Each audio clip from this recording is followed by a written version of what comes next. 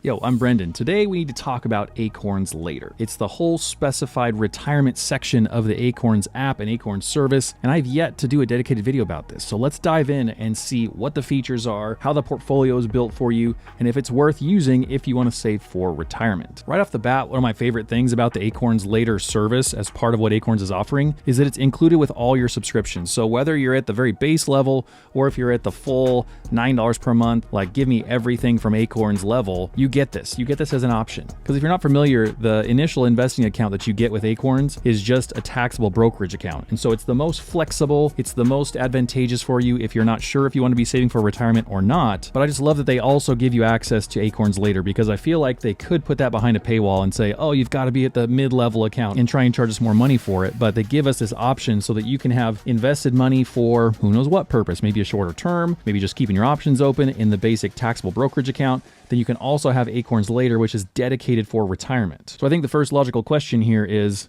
what makes it for retirement? Like, why is this any different than a normal Acorns account? Because they're saying right here in the title for retirement, but why? Well, the main difference is that you're going to decide that this money is for your retirement for later. And as a result of that, you could get potential tax benefits by investing in this different kind of investing account because you're locking the money away for retirement. It's not locked up for forever. It doesn't mean you can't touch it. It just means there's some hoops to jump through if you want to get that money out before you reach traditional retirement age. And as a benefit of that, you get the tax benefits. And this is the full list of benefits on the actual Acorns website as far as what Acorns Later gets you. And most of these are pretty standard things, but one of them stands out to me because it's different than what I thought. So first of all, you get to do all of your retirement investing through the Acorns app. That's what I would come to expect. I want to go to one place and see the banking features, the investing features, retirement, anything if you're enrolled in stuff for your kids, all in one place, make it easy. Of course, automatic recurring contributions are an awesome option, so that's in there. Our Acorns Later accounts are protected by SIPC insurance, which of course doesn't mean that it's not going to go down in value because it could fluctuate market value. But what it's saying is that if Acorns goes out of business for some crazy reason, then your funds are SIPC insured up to $500,000. So you want to know more about that, you can click that link in there. The potential tax benefits that I hinted at just from using an IRA account are really cool. So they talk about that. And then here's the thing that I didn't understand before. This is how your money is actually invested whenever we go into an Acorns Later account. And I'll show you in a minute what mine would look like if I was using Acorns Later. I thought for some reason that the stuff that you chose to invest in through the taxable brokerage account with Acorns was just the same stuff that you get in the Later account. Someone actually asked me this in a comment recently, and I was like, I'm not sure, but that's how I think it works because I just didn't dig into this in detail before. And so whenever I learned this, I realized we've got to talk about this in more detail because it's very, very different than the Acorns Invest account. What they're doing here with Acorns Later is a special recommendation based on your current situation and your long-term goals, including your age. And so that's totally different than the Acorns Invest options, because with Invest, they say, hey, how much money do you have? How risky are you? How much do you want this to grow? Are you okay with it fluctuating in value? Yes or no? And then you get your desired portfolio basically spit out at the end. Okay, great. And then you just invest like that. And it doesn't change over time unless you change your preferences and your risk profile and that kind of thing. So it's sort of a more fixed thing. The difference here with these are that they're age-based portfolios. And so what it says is your Acorns Later portfolio is automatically selected based on your age, your timeline to retirement, and your preferences that you set up before, so that it automatically adjusts over time as you age. And what that really means for us in a more basic term, if you're not familiar with that concept in general, it's a little bit like a target date fund. It's sort of mirroring what people typically do over time whenever we invest anyway, which is that we want to turn down our risk over time as we get older. Because let's say you're 19 and you're just getting started out, you fire up Acorns Later, you get an IRA started and you start contributing money. I would be willing to bet that the average person is going to be more accepting of risk because you just have such a long time horizon. You probably have 3, 4, 5 decades before you're going to retire. And so you have a long time to ride out any kind of market turbulence, if you will. And so my guess would be that Acorns would suggest something a little bit more risky for you because you're young and you have all that time to ride it out. Where let's say you're 55 and you're just setting this up today because you saw this video, sounds like a good deal. You've been meaning to set up an IRA. You've already got an Acorns account. Boom, let's do it. And so I would guess that if you're at that age and stage in life where you're 55, you're knocking on the door of retirement sometime in the next 10 years, 15 years, probably max, that the amount of risk that you're actually willing to accept by then is less than somebody who's 19 because you don't have as much time to ride out any kind of market turbulence. You probably want to lock down the money that you've got. And so what Acorns is offering us here is basically that customization and that kind of thought process done for you in the background as you just shovel money in. So you're not having to think through that yourself and say, oh, well, now I'm 36 and I started when I was 26. And so maybe I should invest a little bit differently because I'm closer to retirement, or how many stocks versus bonds should I have? And what kind of funds should I invest in? Acorns is famous for taking that kind of decision out of your hands. You don't have to worry about it. What you have to worry about is putting in as much money as you possibly can up to the limit, because there's a contribution limit for these things, and then faithfully just leaving the money in there for it to grow. So this is a really great option for you if you don't want to have to go through that kind of decision-making process and go, I've got to find what I'm investing in. I've got to maybe change it over time as I age and maybe turn down the risk if that's what I want to do. You don't have to do that with Acorns. Now let's look at what it looks like within the actual Acorns app so you can see firsthand what it would look like if you were starting this, or if you're following along, that's cool too. I just want to show you the typical way that we interact with Acorns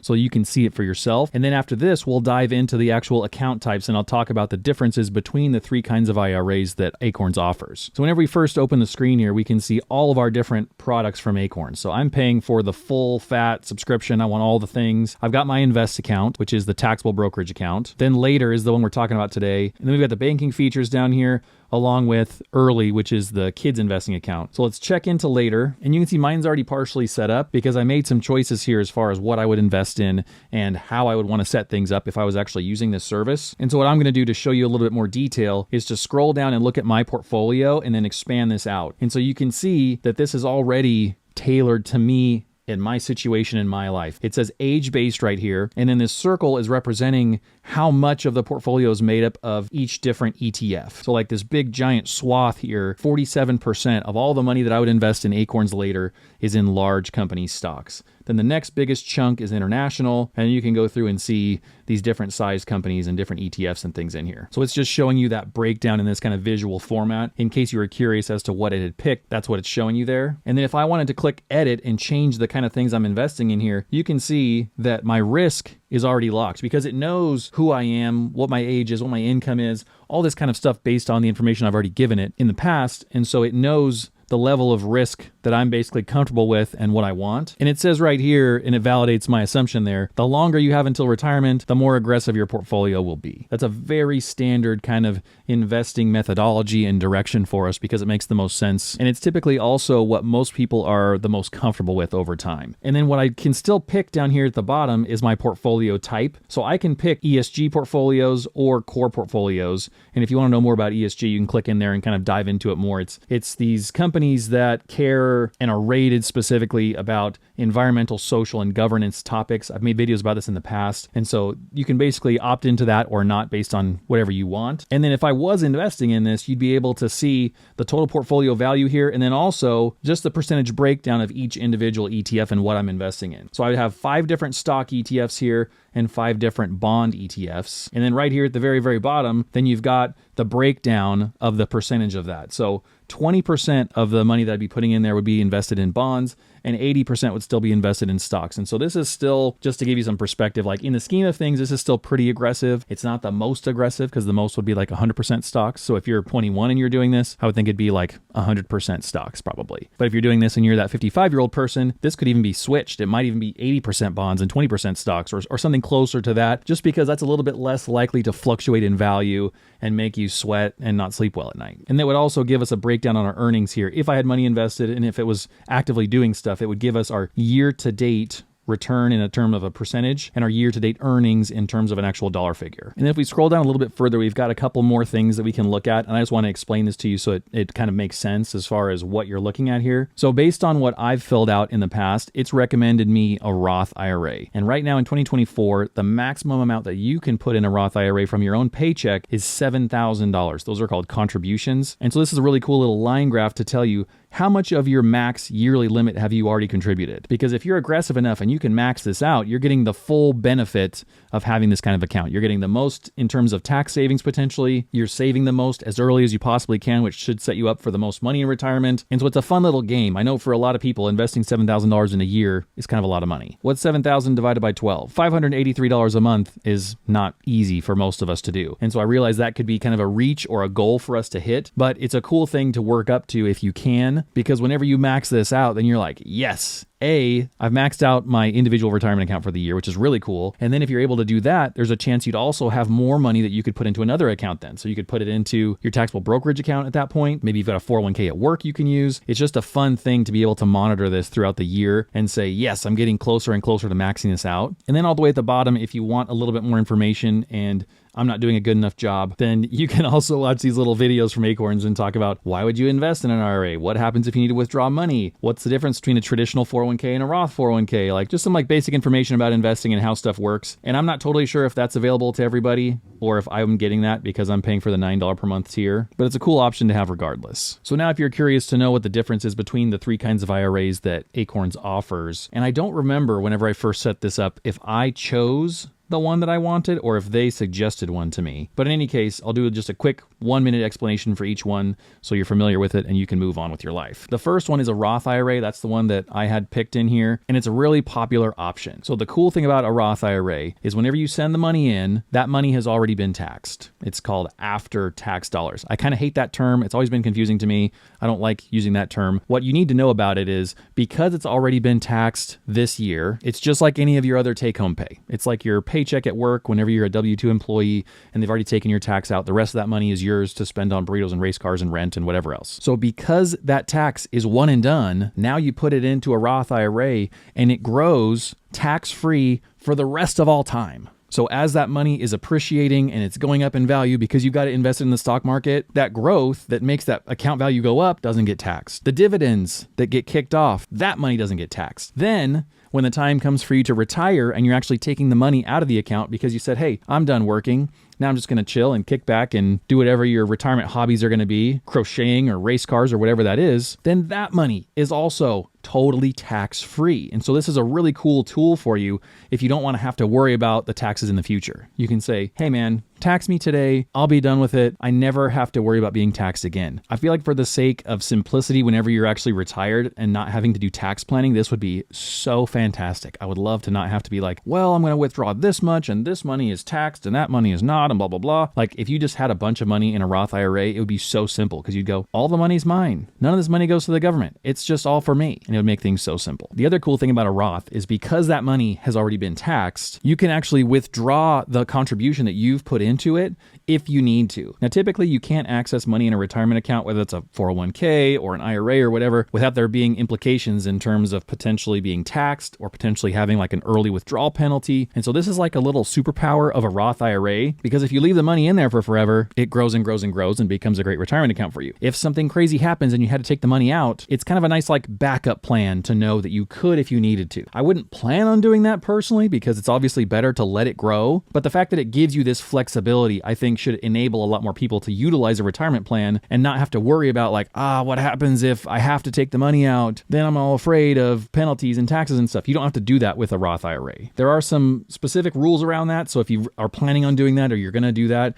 you should look at the IRS website and know exactly what the intricacies are, because it's not like you invest it today and you take it back out tomorrow. It's not that fluid, but in general, you still have the option, which is really cool. The biggest limiting factor for a Roth IRA is the income limits. If you're making a lot of money, you just can't use a Roth IRA. It's not an option for you. In that case, you'd have to be using a traditional IRA or some other kind of savings vehicle. And those income limits change every year. They typically go up a little bit over time. And so if you're a high earner, you're making six figures, then I would go ahead and check out those income limits because that could be a limiting factor for you. Or you know what? I'll just put them right here so you can see them. There we go. You know who you are. If you make that kind of money, good for you. Now let's talk about a traditional IRA. So it's still an individual retirement account. It's still in your name, managed by you, owned by you, just like a Roth. The main difference is just when you pay taxes on the money. So with a Roth, we paid taxes on them the year that we made the money, just like you do with your normal paycheck income for most of us. With a traditional IRA, that money sort of gets put in a separate little bucket. It's like the government goes, oh, hey, you didn't make that money this year. We're just going to pretend like that money doesn't exist for now, and we're actually going to tax you on less money than you made this year. So let's say you made $100,000 and you put 7 of it into a traditional IRA, that 7 just doesn't get taxed this year. So overall, the year that you're contributing to a traditional IRA, your tax bill goes down. So if you're trying to save money on taxes now, this year, you think that that's a beneficial thing for you, then a traditional IRA is probably the way to go. But the tricky thing with either of these is there's not like a perfectly right answer, because the trade-off with a traditional IRA is that you'll end up paying taxes on the money whenever you actually take the money out to pay yourself in retirement. So, hey, you're 65 now, you've got $1 million in your traditional IRA. It's really, really great. Whenever you take money out to pay yourself, then you pay taxes. So depending on who you are, what your outlook is on taxes, what your outlook is on what your income will be in retirement, that could be a really good strategy for you. But it's not like a one size fits all, everybody should do this one kind of account situation. It's more based on you and what you're comfortable with and what you think is right for you. The cool thing with either of those is you're getting a tax benefit. You're getting a tax benefit in the future with a Roth IRA, or you're getting a tax benefit today with a traditional IRA. Either way, you're getting a special little boost and a benefit over using a standard investing account. That's just called a taxable brokerage account. It's a win-win. It's just different flavors of winning. And that's interesting to me that Acorns even offers an SEP IRA, because I wouldn't have expected that from them. It seems like it's just such like an individual focused service that the fact that it offers this kind of IRA is interesting to me. And so SEP stands for Simplified Employee Pension IRA. And so if you're self-employed or you're a business owner, then the cool thing about an SEP IRA is that you can contribute more money than you can with a traditional or a Roth IRA. So how much more can you contribute? A lot more. The IRS.gov website says that in 2024, you can contribute the lesser of either 25% of your employee's compensation or $69,000. So the ceiling on this, as far as the actual amount you can contribute, is 10 times higher than a regular IRA, like almost 10 times higher. It's incredible how much more you can contribute. And so this is a really cool option for you if, let's say, you're self-employed and you don't have a 401k anymore, like me. Now, I don't have an extra $69,000 laying around that I don't have to spend to just live my life, so I'm not maxing that out. But if you're in the situation where, hey, my expenses are covered and I've got a significant amount of cash that I'm just saving for myself anyway, the fact that you can shovel that into an SEP IRA is really, really cool. If you're self-employed, then you're willing to jump through some hoops and read some fine print anyway. But one thing that you need to know is that if you contribute to the SEP IRA for yourself, you have to make a proportional contribution for your eligible employees too. So if like you're a small business owner and you want to max this thing out for yourself because you had a really great year, just be aware of those rules that you've got contributions that need to happen with eligible employees too. So check out the IRS website and dig into the fine print there in case you want to do that. I think the really no-brainer cool application of this would be, let's say you're a one-man show. You're the small business owner, you're the person that runs it and owns it, and you're the only employee. Well, that simplifies things a lot for you. So if you're a profitable sole proprietor kind of person, then this could be a huge unlock for you, because maybe you didn't know that you could have an IRA that has such a massive contribution limit.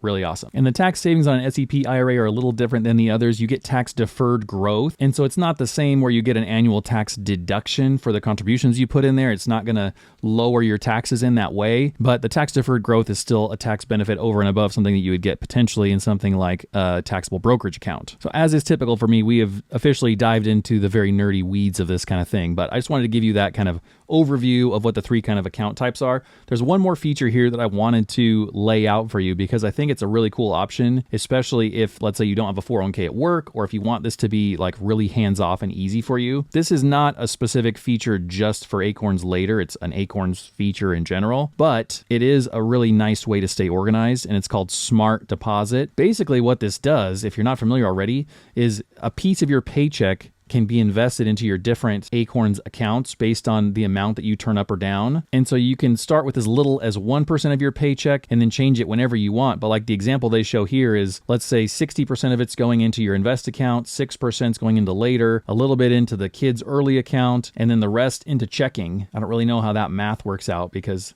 those numbers are way over 100%. But in theory, you get the concept, right? You can allocate different amounts of your paycheck into these different accounts and just set it and forget it, which is totally an awesome way to do this, because if you're having to manually choose to deposit something every month into your invest account and manually choose to deposit something into your later account, you're probably going to get tired of it. You're probably going to forget about it. It's going to be harder to do because you've got to have that discipline every single month to do it. And so if you're already using some of the Acorns banking features anyway, because you've got your paycheck coming into it, then I think this smart deposit tool would be clutch. And then just one last clarification, because I feel like somebody's going to ask a question about it anyway. Yes, you can use Acorns Later if you're already using something like a 401k. These are not mutually exclusive. It's not like you can only have one retirement account plan thing in general. And if you have the one, you can't use the other. You can have a 401k at work and have a traditional IRA. You could even have both kinds of IRAs if you really wanted to, because as long as you're not meeting that contribution limit and exceeding it, by all means, invest in both if you really want to. I'm pretty sure you can only have one at a time with Acorns, but if you wanted to get really crazy, you could open another one somewhere else too. So it's another level of complication. It's kind of like